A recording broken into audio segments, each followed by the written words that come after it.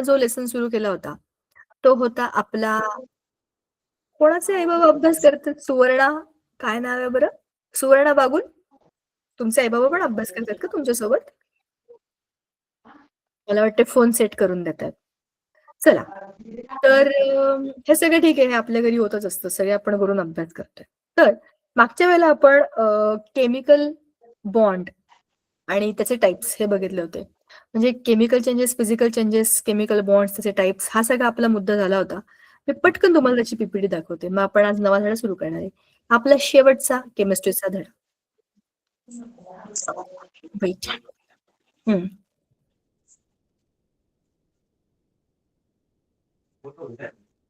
हं. मागच्या वेळेला पीपीटी दिसत नव्हती. ती आज आलेली आहे. असं होतं बरं का कधी-कधी. समोरच्या गोष्टी दिसत नाहीत. So changes and chemical bonds हा जो लेसन आहे केमिस्ट्रीचा सेकंड टर्म मधला जो दुसरा इम्पॉर्टंट लेसन आहे त्याला फास्ट फॉरवर्ड पण आपण जरा बघूया की what are physical and chemical changes. Chemical reactions होतात म्हणजे काय होतात? जुने बॉन्ड तुटतात, नवे बॉन्ड बनतात. काही रिएक्टंट्स रिॲक्ट करतात, केमिकल रिएक्शन करतात आणि त्याच्यामधनं काहीतरी नव्या गोष्टी बनवतात. नव्या गोष्टी ह्या जुन्या गोष्टींपेक्षा ऍब्सोल्युटली वेगळ्या असतात. Absolutely different characteristics they have, different nature they have, different chemical properties they belong. अशा पद्धतीने केमिकल चेंजेस होतात आणि मग त्याचे आपण दोन टाइप्स बघितले होते, physical changes, chemical changes. Physical changes do not change any molecular or atomic shaping or formation of any substance. It only changes the states of the matter, the shape of the matter, or the arrangement of its physical nature. बरंच तरी mic on आहे, बंद करा बरं जरा. जसं की कापड असेल त्याला मी कापलं, कागद असेल त्याला मी चुरगळून टाकलं, त्याचा शेप बदलला, त्याचं आउटर लुक्स बदलले, पण त्याच्या ॲटॉमिक आणि मॉलिक्युलर लेव्हलला जाऊन मी काहीच बदललं नाही. As I told you last time also, if I burn the paper, तर पेपरच्या मध्ये जे काही ॲटम्स आहेत, मॉलिक्युल्स आहेत, I am burning them. So there is oxygen involved in that. मग त्या बर्निंगच्या प्रोसेसमध्ये काय होईल? त्या पेपरच्या मध्ये जे काही ॲटम्स, मॉलिक्युल्स लागलेत, ते सगळे जळतील and they will be changed completely for ever. You can't make them into the prior state. म्हणजे पूर्वी जसा तो आपला पेपर होता तसा आपण त्याला परत आणू शकत नाही. ते परमनंट चेंजेस असतात, इरिव्हर्सिबल असतात. So physical and chemical changes मध्ये हा खूप महत्वाचा मुद्दा आहे. आपण हे सगळे डिस्कस केलेले होते. रस्टिंग ऑफ आयर्न म्हणजे लोखंडाचं गंजणं असेल किंवा फळाचं पिकणं असेल, दुधाचं दही होणं असेल, ह्या सगळ्या प्रोसेसेसमध्ये we see the chemical changes around us, right? So this physical and chemical changes आपण बघितले. आता त्याचे एक्झाम्पल्स कोणते कोणते असतात ते पण आपण बघितले. आताच तुमच्याशी बोलता बोलता मी पेपर फाडणं, कागद कापणं ह्या सगळ्या गोष्टी सांगितल्या. भाजी चिरणं, भेंडी चिरली म्हणा, किंवा फॉर दॅट मॅटर कुठली भाजी घेऊया आपण, कोबी, फ्लॉवर, अशी कुठली भाजी जी चिरल्यावर रंग बदलत नाही. अशा भाज्यांना चिरलं की तो फक्त फिजिकल चेंज आहे. पण वांग चिरलं, बटाटा चिरला किंवा ऍपल चिरून ठेवलं आणि त्याचा रंग बदलला, ह्याचा अर्थ काय आहे? त्याच्या सरफेसचा आजूबाजूला असलेल्या हवेशी संपर्क आल्यामुळे काहीतरी केमिकल चेंज झाला.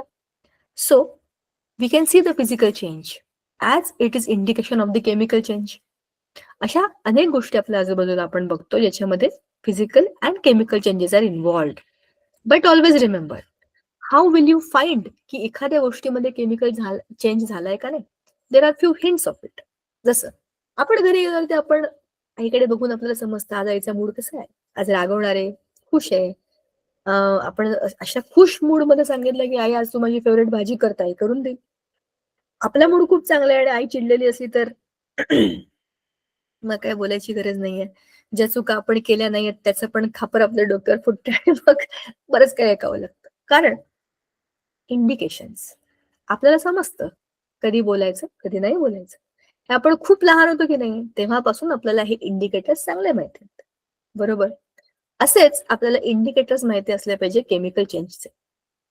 केमिकल चेंज झालाय पण सिद्ध कसं करणार तुम्ही? You must have few points with you which are valid points to prove की this is the reason that I am telling की केमिकल चेंज झालं. The first chemical change is the physical nature change होतोय. Either the test will change, the color will change, some kind of gas will be formed, you can find some minute or little bit sound you can hear, color change झालेला असेल. असे there are many multiple options which give you the hint की याच्यामध्ये काहीतरी बदललेलं आहे. I told you an example की आपली भाजी 2-4 दिवस फ्रीजमध्ये कोपऱ्यात राहिली. मी मला माझ्या फ्रीजमधलं पनीरचं एक्झाम्पल सांगितलं होतं. अशीच कुठली तरी भाजी काय तुम्ही आणि अशीच बघूच नका तिच्याकडे खूप दिवस. बघा तुम्हाला आपोआप समजेल, तुम्ही बघितल्यानंतर पण तुम्हाला तिथे न जाता पण समजेल की भाजी कुठे ठेवलेली आहे. द रिझन की आपोआप डिग्रेड होते, कारण तो केमिकल चेंज. बरोबर. लाईक वाईज गॅस फॉर्मेशन असं बबल्स आल्यासारखं दिसतं किंवा आवाज होतो कर कर कर कर छोटासा एकदम असा आवाज येतो. तो आवाज इंडिकेट करतो की काहीतरी होतंय तिकडे. टेस्ट चेंज आपल्याला माहितीये, दुधाचं दही होणं हा टेस्ट चेंज आहे. इडलीचं पीठ आंबट होणं हा टेस्ट चेंज आहे. आंबट पीठ आणखीन आंबट होणं हा पण टेस्ट चेंजेस आहे. सो अशा पद्धतीने आपल्याला हे माहितीये की जरा फ्यू प्रूफ जे तुम्ही दाखवू शकता की हे सिद्ध होतं की हा केमिकल चेंज आहे. राईट. मग ह्या केमिकल रिएक्शन्स मांडायच्या कशा? केमिकल रिएक्शन झाली झाली झाली, अरे पण लिहिणार कशी तुम्ही? त्याची एक पद्धत आहे. लेफ्ट साइडला रिएक्टंट्स, राईट साइडला प्रोडक्ट्स, मध्ये एक ॲरो, डावीकडून उजवीकडे चालली बाबा ही रिएक्शन, असं सांगायचं असतं त्याच्यामध्ये. जे लोक भाग घेतात ते कोण आहेत? सॉलिड आहेत का, लिक्विड आहेत का, गॅस आहेत, त्यांच्याबद्दलची माहिती. तर तुम्ही हीट दिली का त्याने हीट बाहेर दिली ह्याच्याबद्दलची माहिती. अशा अनेक गोष्टी आपण त्या आपल्या केमिकल रिएक्शन मध्ये लिहितो आणि इझिली लोकांना कळतात की केमिकल रिएक्शन झाली म्हणजे काय झालं, कोण कोणाबरोबर रिॲक्ट झालं, किती प्रमाणात रिॲक्ट झालं, ह्या सगळ्याचे detail statement but in short आपल्या केमिकल रिएक्शन मध्ये असतं. ठीक आहे. आता आपल्या डेली लाईफ मध्ये कोणत्या कोणत्या केमिकल चेंजेस आपण बघतो. We have discuss this in detail 2-3 times. पटापट बघायचं. ब्रीदिंग आणि फोटोसिंथेसिस एकाच नाण्याच्या दोन बाजू आहेत. आपण ब्रीदिंग करतोय आणि तिकडे प्लांट्स फोटोसिंथेसिस करत होते. आता रात्र झाली, आता झोपले ते. जेव्हा सूर्य जातो त्यांचं किचन बंद होतं. आपल्या घरात तसं होत नाही. आपल्याला कधी भूक लागली तर आपण स्वयंपाक करून खाऊ शकतो, कारण की आपल्याकडे गॅस आहे. त्यांच्याकडे नाहीये बिचाऱ्यांकडे. त्यांना गरमीसाठी सूर्याची वाट बघावी लागते. सो सूर्य गेला की त्यांचं किचन बंद. म्हणजेच photosynthesis is the process in which plants can prepare their own food, but for that then they need the sunlight. On the other hand, breathing is the continuous process of all the living beings, and in this all the living organisms use oxygen for their respiration. I'm talking about aerobic respiration. Aerobic मध्ये oxygen घेतला जातो. Anaerobic मध्ये ऑक्सिजनची गरज नाही, बिना ऑक्सिजनचं ते सर्व्हाइव्ह करतात. असतात असे काही मायक्रोब्स असतात, काही अॅनिमल्स असतात, त्यांना गरज नाहीये ऑक्सिजनची. So likewise, photosynthesis and breathing are two chemical changes related to our life. ह्याच्याशिवाय आपण जगू नाही शकत.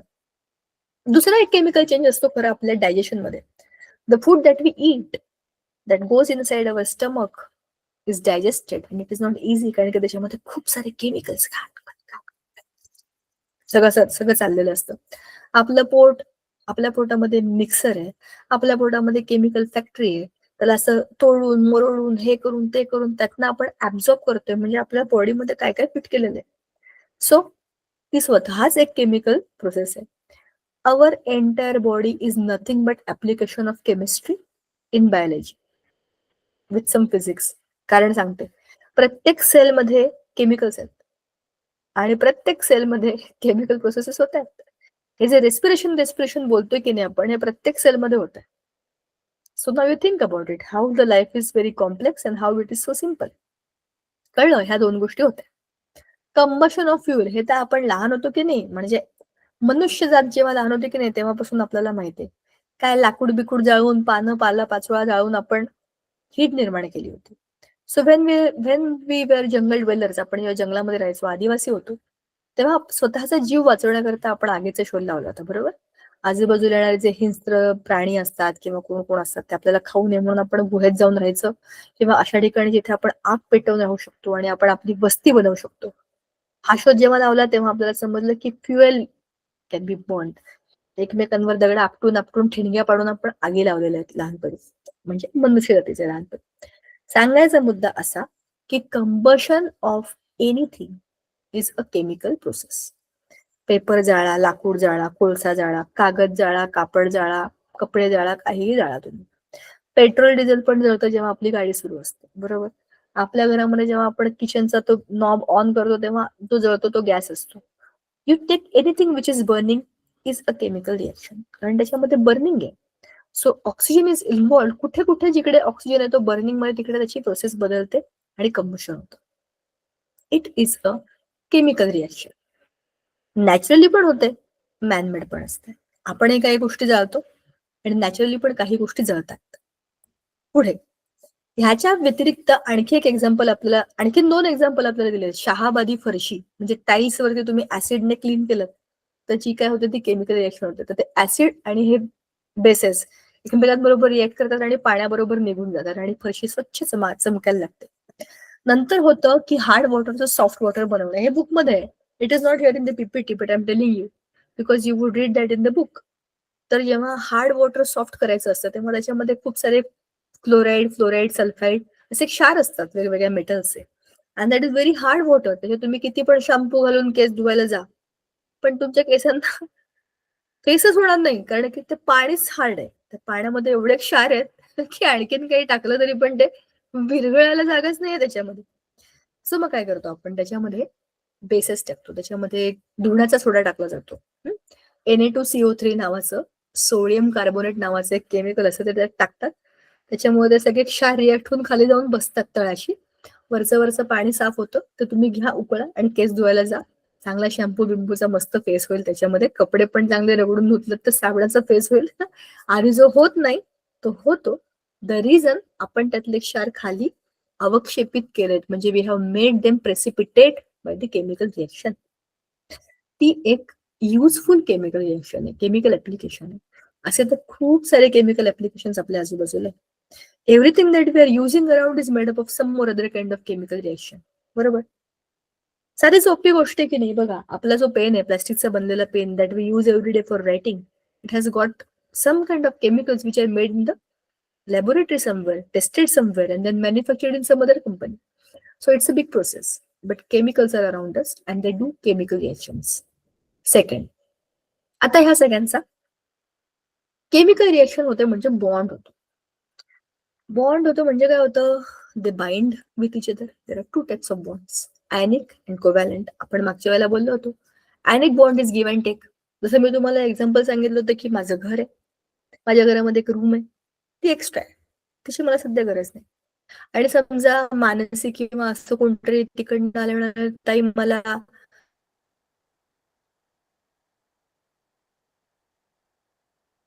माझं कॉलेज इकडे जवळ आहे, माझी शाळा वापरायला ओके व्हेरी गुड. ती मला पैसे देणार, मी तिला रूम देणार. Give and take. घर माझं, रूम माझी, वापरते कोण, मानसी. मानसीला काही त्रास आहे का, तू ती भागली, माझी पण भागली. सो अशा पद्धतीने गिव्ह अँड टेक जिकडे होतो तिथे होतो आयनिक बॉन्ड. सोडियम कडे एक्स्ट्रा इलेक्ट्रॉन आहे, क्लोरीनला बिचारायला डेफिशियन्सी. तो म्हणतो की मला पाहिजे, तो घे रे घे. तर सोडियम त्याचा एक इलेक्ट्रॉन क्लोरीनला देऊन टाकतो. हा पण सुखी, तो पण सुखी. Give and take. एकाने दिलंय, एकाने घेतलंय, पण दोघांनी म्युच्युअल उपकार केलेले नाही, गरज दोघांना. ह्याच्यामध्ये जो काही बॉन्ड बनतो तो असतो आयनिक बॉन्ड. हा स्ट्रॉंग बॉन्ड असतो.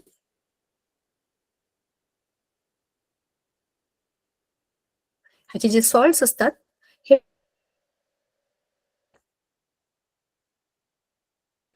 कोणतेही वापरा, टाटा वापरा, आशीर्वाद वापरा, कोणते ते पतंजली वापरा, कुठलंही वापरा, पण आहे ते NaCl.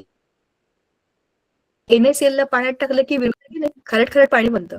कोणाला काही बोलायचंय का रे, काय टकटक वाजते तिकडे, हँड रेस केलंय का कोणी. मॅम तुमचा आवाज खूप जास्त ब्रेक होतोय. येस मॅम, मला तेच सांगायचं होतं. केलं असेल तर बोला. काय स्क्रीन जेव्हा हो का, थांब मॅम आवाज ब्रेक होतोय.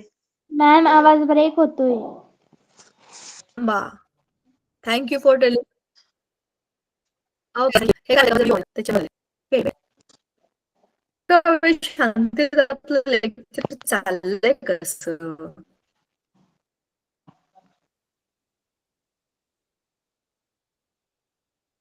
आता बघा माझा आवाज नीट येतोय का? मी कॅमेरा बंद करून टाकला. आय होप आता काही प्रॉब्लेम येणार नाही.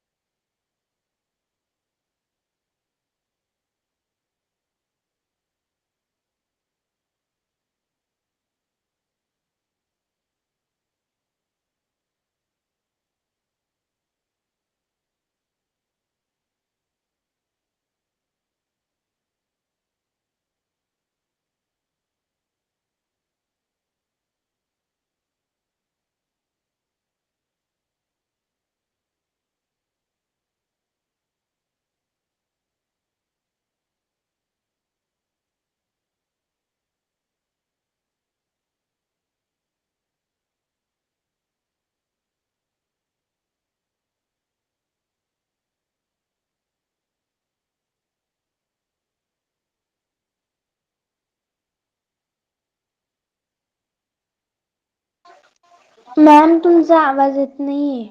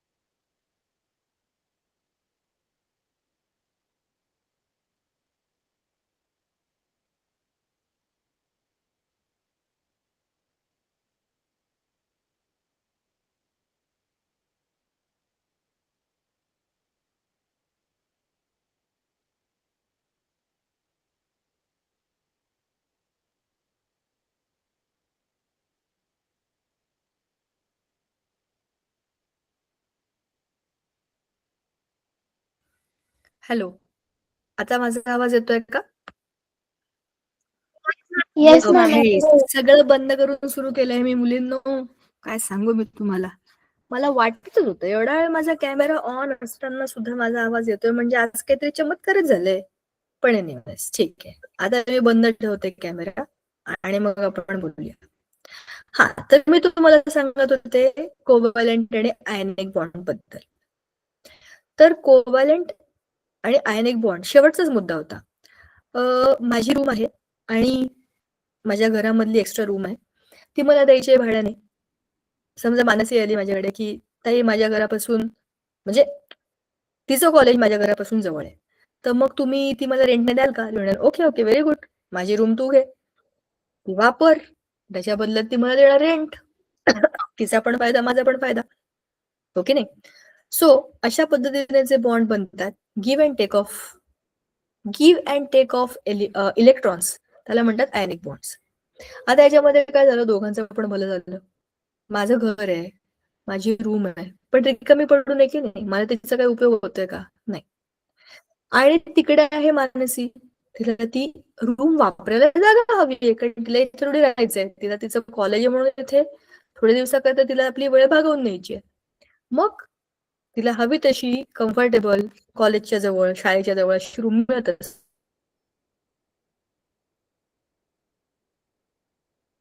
तर तिचं पण भलंय आणि माझं पण.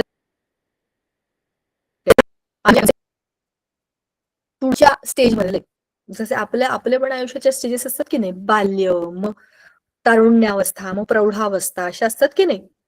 तर बाल्यावस्था म्हणजे ऍटम, तारुण्यावस्था म्हणजे कोणती? आयन. का बरं मी सांगते तुम्हाला. बघा, जेव्हा हा सोडियम आहे की नाही, सोडियम हा स्वतःचा एक इलेक्ट्रॉन क्लोरीनला देऊन टाकतो. का बरं? ह्याच्याकडे उगाच पडलेला आहे ना एक्स्ट्रा. ऑक्टेट साठी 8 पाहिजे, 8 आहेत, शिवाय एक आहे, आणि हा आगाऊ इलेक्ट्रॉन आहे, हा नको आपल्याला. आगाऊ म्हणजे एक्स्ट्रा. मग ह्या क्लोरीनकडे त्या बिचाऱ्याकडे 7 आहेत, त्याला एकाचीच गरज आहे. मग हा काय म्हणतो, तू ले भाई. हा म्हणतो मुझे दे भाई. दोघं गिव्ह अँड टेक करतात आणि काय होतं, दोघांचंही भलं होतं. आता ह्याचा ऑक्टेट कम्प्लीट झाला, ह्याचा पण ऑक्टेट कम्प्लीट झाला. पण जेव्हा आपण आपली एखादी गोष्ट समोरच्याला देतो की नाही, तेव्हा आपण राहत नाही. मी कोणाचं म्हणते? ॲटमचं म्हणते. ॲटमच्या इलेक्ट्रॉनिक कॉन्फिगरेशन मध्ये इलेक्ट्रॉन गेला की त्याचं सगळं गडबड होऊन जातं. आता ह्याच्या पॉझिटिव्ह चार्जमध्ये वाढ होईल. इलेक्ट्रॉन कमी झाला म्हणजे मायनस चार्ज गेला, म्हणजे एक चार्ज पॉझिटिव्ह. ह्याच्या बाबतीत तोच घोळ झालाय. हा चांगला याचा 17 त्याचा ॲटॉमिक नंबर होता आणि एक इलेक्ट्रॉन वाढला म्हणजे आता याच्यावर चार्ज झाला मायनस. एक पॉझिटिव्ह एक निगेटिव्ह परस्पर भिन्न. Positive negative attract and they make the stable ionic bond. हे बॉन्ड खूप स्ट्रॉंग असतात. हे सहजासहजी तुटत नाहीत. आपण जे मीठ खातो NaCl ते ह्याचंच बनलेलं आहे, strong bond. But this bonds dissociate when we put this things in water. तुम्ही मिठाला पाण्यात टाका, ते आपोआप विरघळून जातं.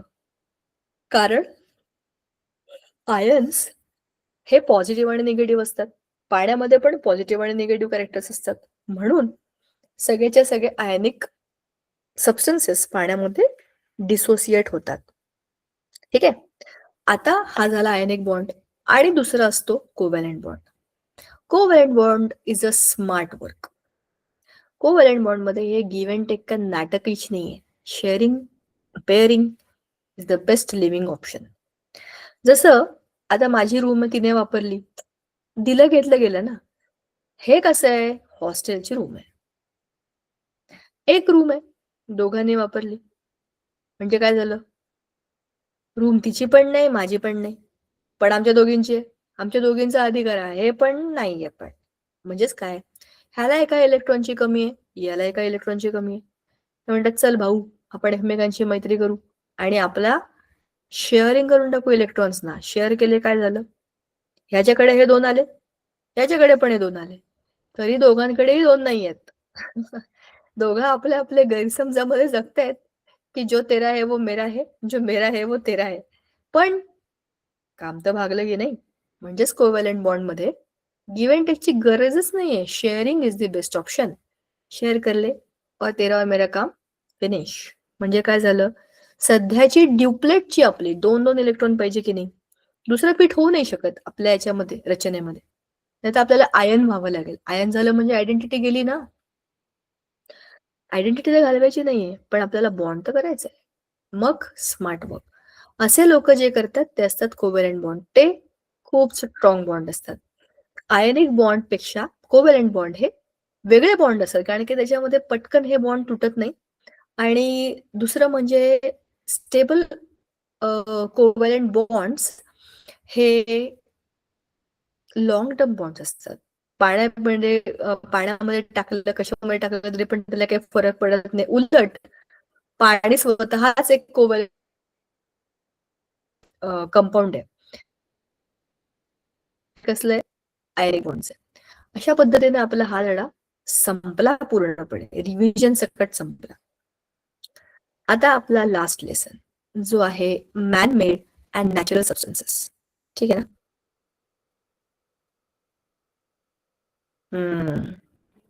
आता जरा तुमच्या आजूबाजूला कोणत्या कोणत्या वस्तू आहेत जरा मला सांगा.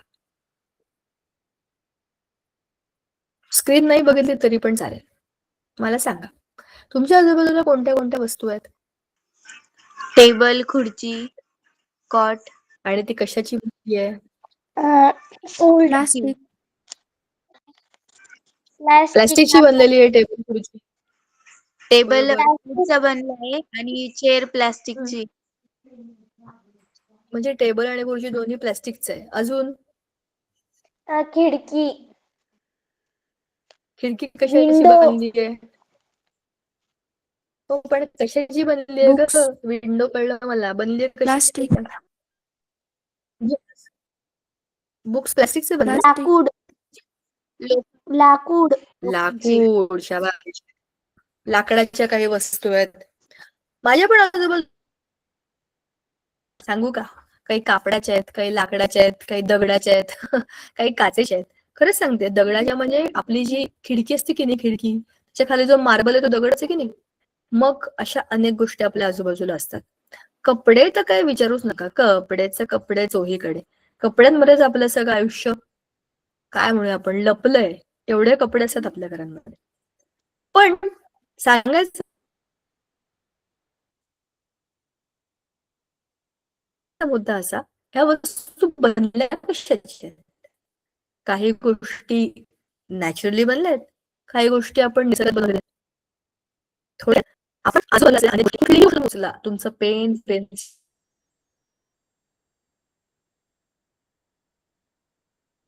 डब्बा, water bottle, mobile, laptop, ma'am काही काही तुमचा युनिफॉर्म, ब्रेक होतोय. कुठली गोष्ट कुठली वस्तू उचला आणि बघा कुठून आली आहे.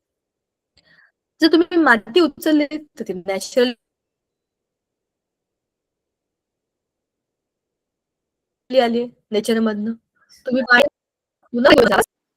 मॅम तुमचा आवाज ब्रेक होतोय.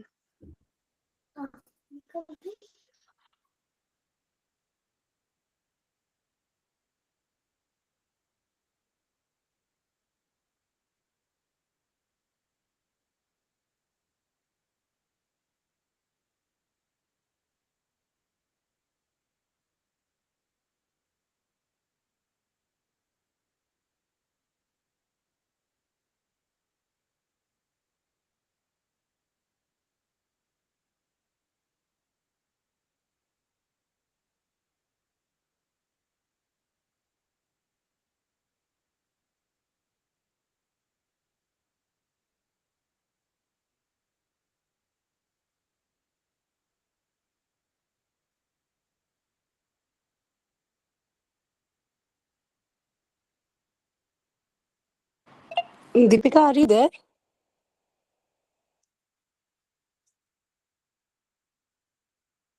Sangeeta ma'am? Sangeeta ma'am?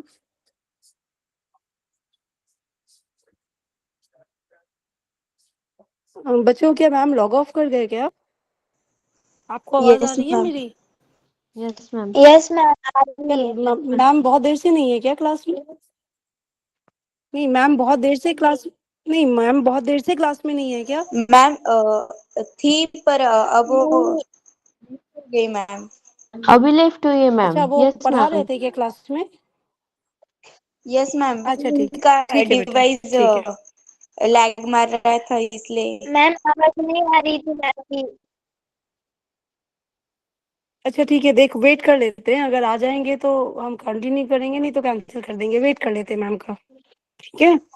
Okay ma'am. Okay ma'am. Okay ma'am.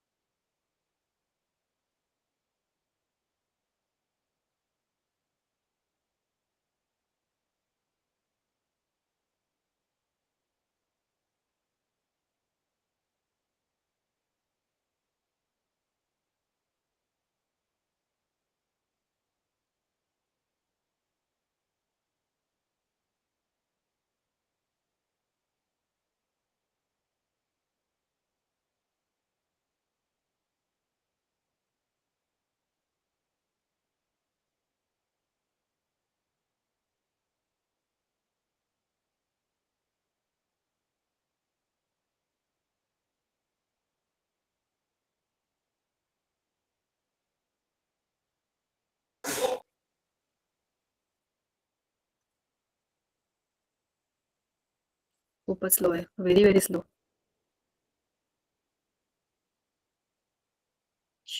Hello, माझा आवाज येतोय का आता? Yes ma'am. सॉरी, काय माहिती नाही, Yes, अचानक ma'am. ते माईक बंद झालं आणि सगळंच बंद झालं. Okay, Yes, ma'am. मुलींनो मी ना आता फक्त बुक शेअर करते, मी बाकी काहीही करत नाही. मला पीपीटी ऑन करायची होती, पण एका वेळेला खूप साऱ्या गोष्टी ऑन नाही होऊ शकत आहेत त्याच्यामध्ये. पुढच्या वेळेला नक्की आपण बघूयात ते सगळं. आपण मगाशी बघितलं आपल्या आजूबाजूला अनेक गोष्टी असतात, त्या कुठल्या ना कुठल्या तरी बेसिक गोष्टीपासून बनलेल्या असतात. उदाहरणार्थ आपण कपडे घेतले तर ते कशा कुठेतरी दोऱ्यांचे, धाग्यांचे बनलेले आहेत, बरोबर? एकतर ते कुठल्या तरी झाडाचे असतील किंवा कुठेतरी प्राण्याचे असतील, सिल्क असेल, वूल असेल किंवा कॉटन असेल, किंवा ते ह्याच्यामधनं जसं की आपल्या एखाद्या कंपनीमधनं बनलेले असे असतील. आता ह्याला आपण म्हणतो की टाइप्स ऑफ थ्रेड्स.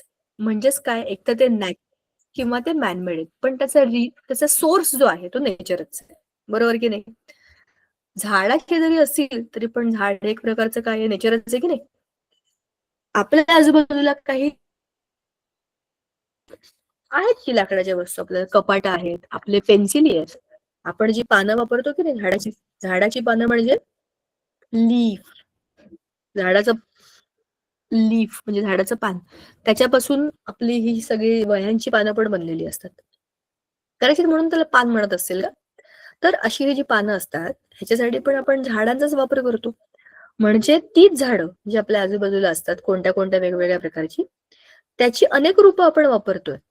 पण जशी आहे तशी आपण वापरत नाहीये. आपण त्यांना मॅनमेड म्हणजे we are changing them into usable forms. त्याला आपण म्हणतो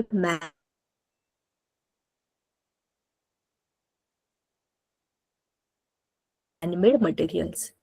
So we take natural substance, we do some process on it, chemical process, and then we make our final product. बरोबर? म्हणजेच काय? Nature is our best friend.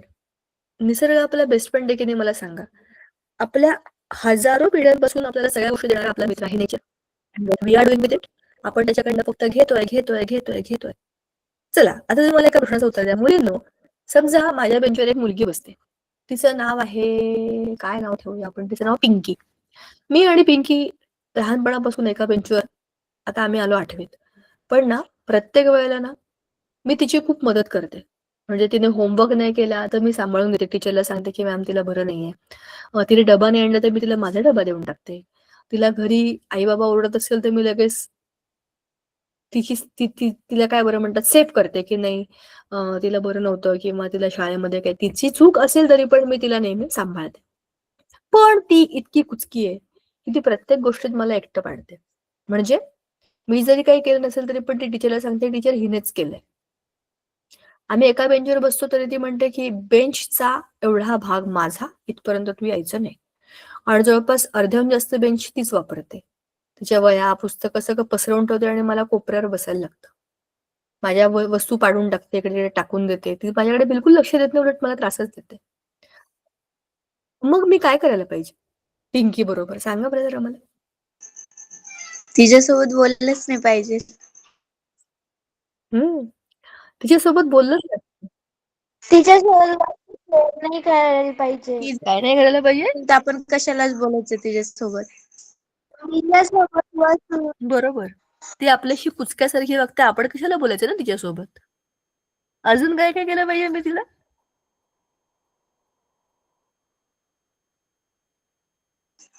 तिला सांगितलं पाहिजे की मी तुझ्यासोबत इतकी छान वागते, तू अशी का वागते. आणि एवढं करून पण ती सुधारली नाही, आणखीन माझ्याशी भांडली तर बोलायचंच नाही मग. तुमच्यापैकी कोणालाच असं वाटलं नाही का की तिला एक ठेवून द्यायला पाहिजे? मुलींनो, खरं खरं सांगा, आपण जरी ऑनलाईन बोलतो तरी आपण बिनधास्त बोलू शकतो. आपण सगळ्या मुलीच मुली आहोत. सांगा बरं, तुम्हाला असं वाटत नाही का? तुमच्या बरोबर असं कोणी केलं, आपण एक सभ्यपणा, शांतता, एक लिमिट असतं. लहानपणापासून आता मी 8वीत गेले, 8 वर्ष झाले तिचा मूर्खपणा मी सहन करते. उलट ती माझ्या आईलाच काहीतरी उलट सांगून देते माझ्याबद्दल. मग घरी गेलं की आई मला रागवते ना. तिच्यामुळे मला ओरडा मिळतो, माझी चूक नसेल तरी. सहन करून एक दिवस असा येईलच नाही, मी तिला अशी धोपटून काढेल ना, म्हणजे चल फुट, या बेंचवर बसायचं पण नाही, माझ्याजवळ यायचं पण नाही. हो की नाही? असं आपण करू की नाही? मी तर करेन. मी नाही सोडणार. माझ्या खूप चांगल्या वागण्याचा इतका गैरफायदा घेतल्यामुळे मी तिला त्याचा तेवढाच प्रसाद देईन. पण सांगायचा मुद्दा असा, हे आपण करतो कारण आपण माणसं आहोत. आपला जो बेस्ट फ्रेंड आहे तो आहे नेचर. आता ह्या स्टोरीमध्ये जिथे मी आहे ना, ते तुम्ही नेचरला टाकून बघा. आणि जिथे पिंकी आहे तिथे आपण सगळी माणसं आहोत, ऑल ह्युमन्स. आपण फक्त त्या नेचरला त्रास देतोच आहे त्रास. आपण काहीही परत दिलं नाही नेचरला, फक्त प्रदूषण दिलंय, घाण करून ठेवलेली आहे सगळीकडे. आपल्यामुळे इतर प्राण्यांचा जो काही अधिवास होता, जंगल होती, ती पण तोडून टाकली आपण. म्हणजे आपण इतके दुष्ट आहोत की आपण स्वतः सगळ्या नेचरला वापरलं आणि दुसऱ्यांच्या वाट्याचं पण खाऊन टाकलं. आता मला सांगा, या नेचरने आपल्या बरोबर काय केलं पाहिजे?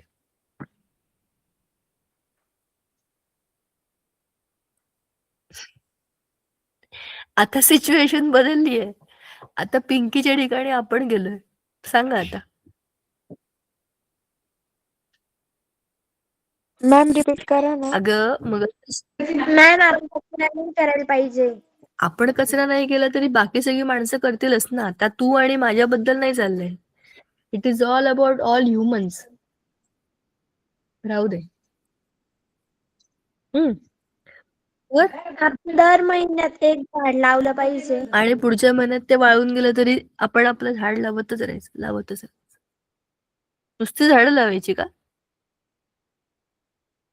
मॅम रिपीट करा. ऐका, मी तुम्हाला पण मगाशी झाडं लावून त्याला बरोबर तुमचे मी ऐकते बरं का, मला आवडतात तुमची उत्तरं, पण मी मुद्दाम तुम्हाला प्रश्न विचारते. मगासपासून मला कोणतरी म्हणतं रिपीट करा. ऐका, माझा प्रश्न असा होता, मी मगाशी माझी आणि पिंकीची स्टोरी सांगितली की नाही तुम्हाला, त्या स्टोरीमध्ये आता माझ्या ठिकाणी आहे आपण सगळे, नाही माझ्या ठिकाणी आहे नेचर, आपला मित्र निसर्ग, आणि पिंकीच्या ठिकाणी आपण सगळी माणसं, ऑल ह्युमन बिंग्स.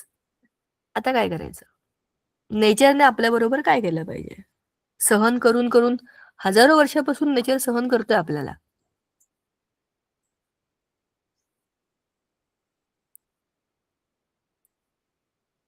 नेचरने आपल्याला कविता भासावं लावली पाहिजे.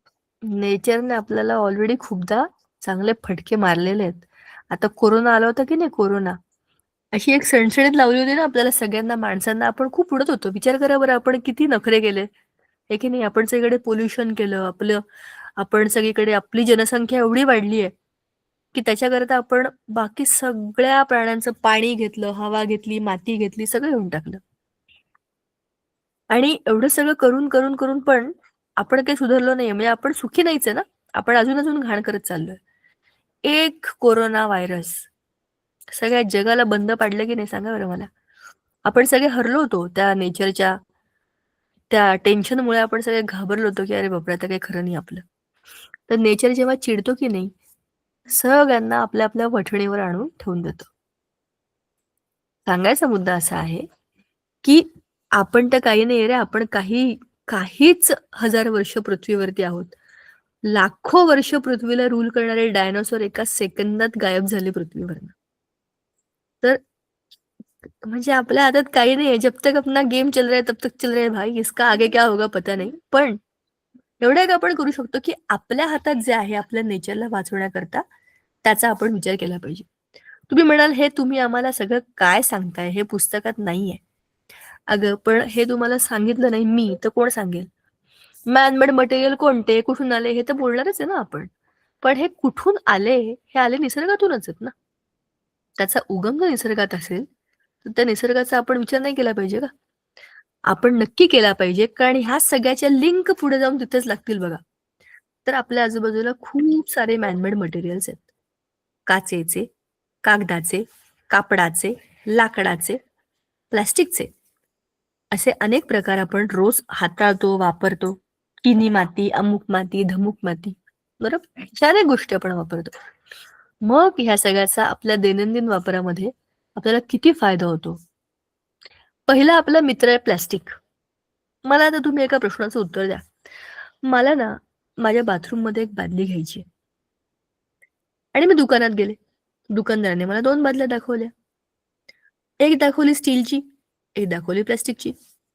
दोनही सारख्याच उंचीच्या आहेत. प्लास्टिकची बादली 130 रुपयाला, 140 रुपयाला येते. स्टीलची बादली 780 रुपयाला येते. मी कोणती बादली घ्यायला पाहिजे? स्टीलची. अगं पण ती स्टीलची बादली किती जड आहे. ती माझ्या घरातल्या छोट्या मुलांना उचलता येणार नाही, माझ्या घरातल्या म्हाताऱ्या माणसांना उचलता येणार नाही. दुसरं महत्वाचं, त्या स्टीलच्या बादलीला काही रंग पण नाहीये. प्लास्टिकच्या बादल्यांचे कितीतरी रंग दिसतात मला. मस्त निळा आहे, पिवळा आहे, लाल आहे, हिरव्या रंगाची पण आहे. ही काय स्टीलची एकच रंग आहे, स्टीलचा रंग. पण टीचर, प्लास्टिकची तर बादली लगेच तुटून जाते ना. मग चांगलं आहे ना, ती तुटली ना की लगेच तिला बाहेर ठेवून देईन ना मी बाल्कनीमध्ये, त्याची कुंडी करून टाकेन. म्हणजे मला कुंडी विकत घ्यायची पण गरज नाही. स्टीलची बादली तर तुटणार पण नाही, बरोबरच आहे. शी, घेऊन ठेवली की तशीच राहील. माझी मुलं मोठी झाली तरी पण ती बादली खराब होणार नाही.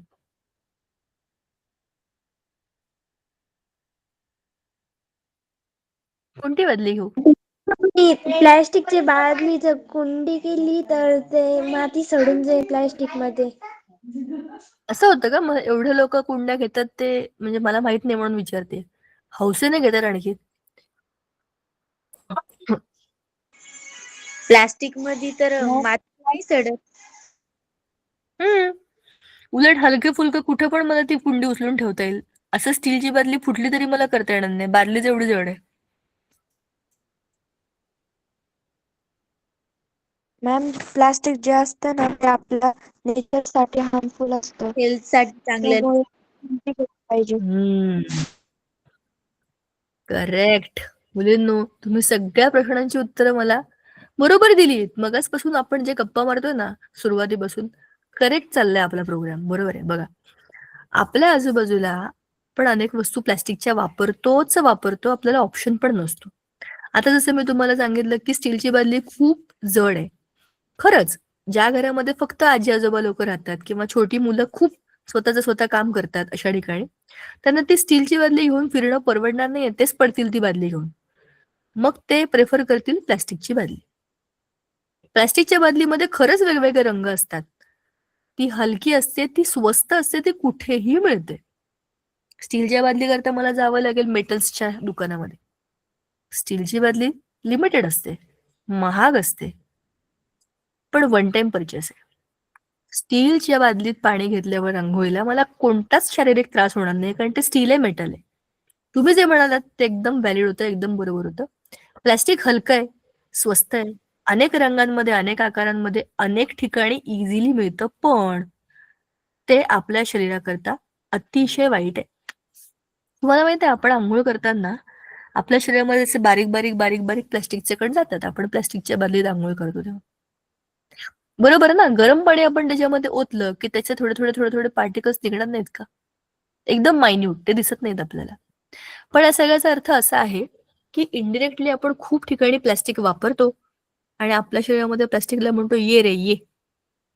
मला सांगा, तुमच्यापैकी किती लोकांच्या शाळेचे डबे प्लास्टिकचे आहेत?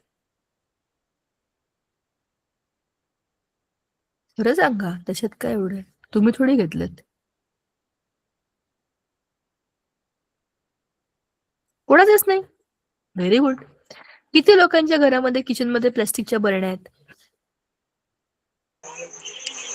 टीचर थोड्याच, पण बाकीचे जे डब्बे ते स्टीलचे. माझ्याकडे पण आहेत, पण त्या प्लास्टिकच्या कोणत्या काय ठेवलंय त्याच्यामध्ये सामान? त्याच्यामध्ये सगळं पॅक्ड फूड ठेवलंय, म्हणजे काही बिस्किट असतील, काही पाकिट असतील, म्हणजे ते स्वतःच प्लास्टिक मध्ये असलेल्या वस्तू आहेत, त्यांना दुसऱ्या प्लास्टिक मध्ये ठेवलेलं आहे. पण तुम्ही मला एका प्रश्नाचं उत्तर द्या, तुम्ही किती म्हणा प्लास्टिक वापरायचं नाही, आणि तुम्ही गेला चॉकलेट घ्यायला, चॉकलेटचं रॅपर पण तर प्लास्टिकचं आहे यार. तुम्ही कसं काय, साधा पार्लेचा पुडा जरी घेतला तरी पण त्याच्यावरती ते कव्हर प्लास्टिकचं असतं. There is no escape from plastic. Plastic is everywhere. Plastic is our best friend. खूप साऱ्या गोष्टींमध्ये प्लास्टिक आपल्याला मदत करतो. पाऊस आला, आपण भिजलो तरी चालेल, पण फोन नाही भिजला पाहिजे, वया पुस्तकं नाही भिजले पाहिजे, तेव्हा आपण हीच प्लास्टिकची पिशवी शोधतो कुठे मिळते का. कारण आपल्याला माहिती आहे की त्याच्यामध्ये आपला फोन गेला, आपली वया पुस्तकं गेली, किती सुरक्षित घरी जातील, ते भिजणार नाही. तर प्लास्टिक हा अतिशय उपयुक्त असा मॅनमेड मटेरियल आहे, पण तो तितकाच डेंजरस पण आहे. दुसरी महत्वाची प्लास्टिकची गोष्ट अशी आहे की there are two types of plastic. एक प्लास्टिक जे आपण गरम केलं की वितळतं आणि त्याला तुम्ही परत बनवू शकता.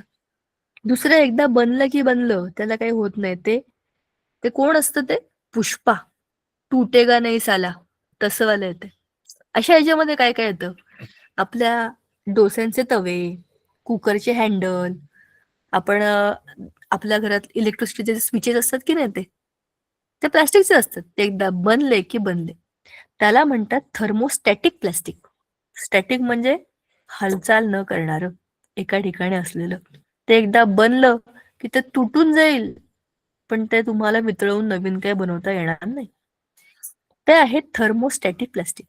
आणि दुसरं आहे आपलं गरीब बिचारं प्लास्टिक, जे आपल्या खेळण्यांमध्ये असतं, पिशव्यांमध्ये असतं, अनेक हलक्या फुलक्या वस्तूंमध्ये असतं. तुम्ही त्याला वितळून बघा, ते वितळत ते टिम टिम टिम टिम असे थेंब पण पडतात. That is your thermo plastic. गरम केल्यावर मेल्ट होणारं प्लास्टिक. बरोबर? असे 2 प्लास्टिकचे प्रकार असतात. Plastic is plastic. ते हजारो वर्षापर्यंत तसंच राहतं. बघा ना, किती गोष्टींमध्ये प्लास्टिक आहे. आता ह्यातल्या किती किती गोष्टी तुमच्याकडे स्वतः चेक करून बघा. माझ्याकडे पण यातल्या बऱ्याच गोष्टी आहेत. कारण त्याला ऑप्शन नाहीये. आणि जिथे ऑप्शन आहे तिथे तो आपण नक्की स्वीकारला पाहिजे.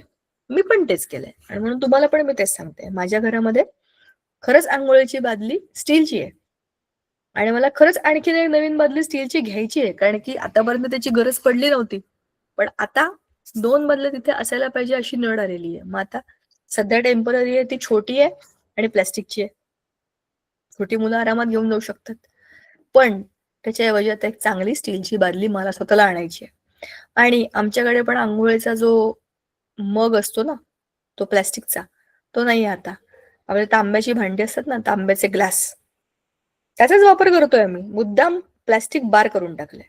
जिकडे जिकडे प्लास्टिक वापरण्याचा ऑप्शन आहे तिथे ते आपण वापरलं पाहिजे. थर्मोसेटिंग, थर्मोप्लास्टिक ह्या दोनही गोष्टी आपल्याला इथे समोर दिसतात. बाकी ह्या सगळ्या गोष्टी आपण डिटेलमध्ये पुढच्या लेक्चरला बघू. याच्यानंतर आपल्याला प्लास्टिकचा दुसरा चुलत भाऊ पण भेटणार आहे, जो आहे थर्मोकॉल. थर्मोकॉल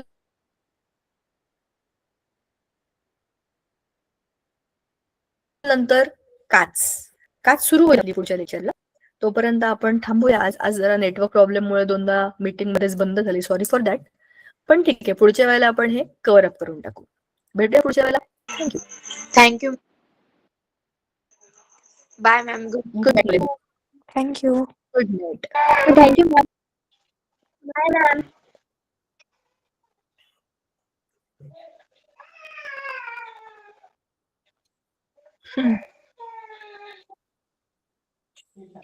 कसं रडतंय ते.